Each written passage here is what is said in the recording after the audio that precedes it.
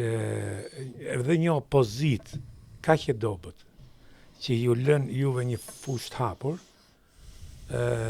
krijon problem, mendoj unë, për demokracinë dhe për pluralizmin. Sepse është në natyrën e njeriut, kushdo që tjetë, kur nuk ka kontroll, siç thot Reagani, nuk ka qeveri të mirë, nuk ka qeveri të keqe. Ka popull që nuk ose jo të keq. Ka popull që nuk ushtron detyrën e kontrollit ndaj qeverisë. Qartë. Shiko, sigurisht që demokracia duhet i ketë se s'bën të dyja krahët, dhe duhet i ketë të dyja krahët të forta.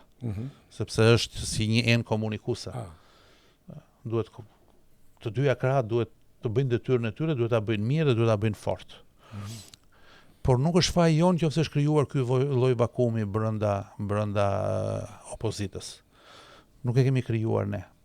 Ai vakum do të mbushet, pa diskutim, se shoqëria do ta bëjë detyrën e vet, do dalin forca të reja opozitare, do dalin njerëz të rinj, do dalin forca reformuese, ndoshta edhe brenda Partisë Demokratike.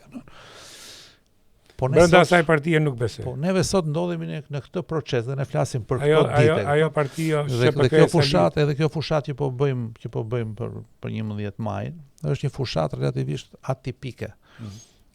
Edhe për faktin që më shumë po harxojmë kohë për të parë se ku i kemi numrat në raport me kolegët, se sa ku i kemi në raport me opozitën, se praktikisht unë në zonën time nuk shikoj opozitë përballë. Nuk kam njerëz të cilët të bëjnë mitingje apo të lëvizin nëpër zonë dhe unë të detyrohem të bëj sondazhe. Pra ju po bëni edhe opozitën e pozitës.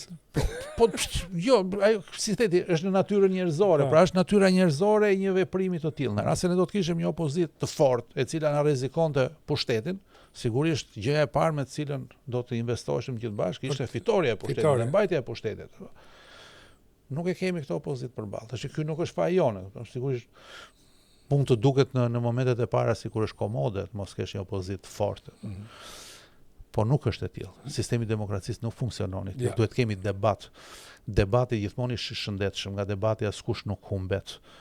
Nëse neve flasim me njëri tjetrin, diskutojmë me njëri tjetrin. Në parlament nuk keni pas debat me opozitën. Kjo është e vërtetë që nuk kemi pasur debate, dhe thash kemi pasur edhe gjuhë konfliktuale dhe ndoshta ndonjëherë edhe për atë arsyen që thash që bëhesh i njohur, po fillove të shashe, po fillove të fyeshe, po fillove të ofendosh, ndoshta edhe për këtë arsye njerëz që kanë dashur të bëjnë karrierë kanë tejkaluar edhe cakun e etikës parlamentare, po jo vetëm me fjalor, edhe me vepra. Kjo karrierë nuk është karrierë në vlera, është karrierë për t'i rënë sy kryetarit që ti je besnik i kryetarit edhe kryetari dhe ky është një problem tjetër i kryetarokracisë në politikën shqiptare i sistemit. Që edhe kjo do të shifen të ardhmen, po sepse nuk mendoj që me emërime unë jam për garë.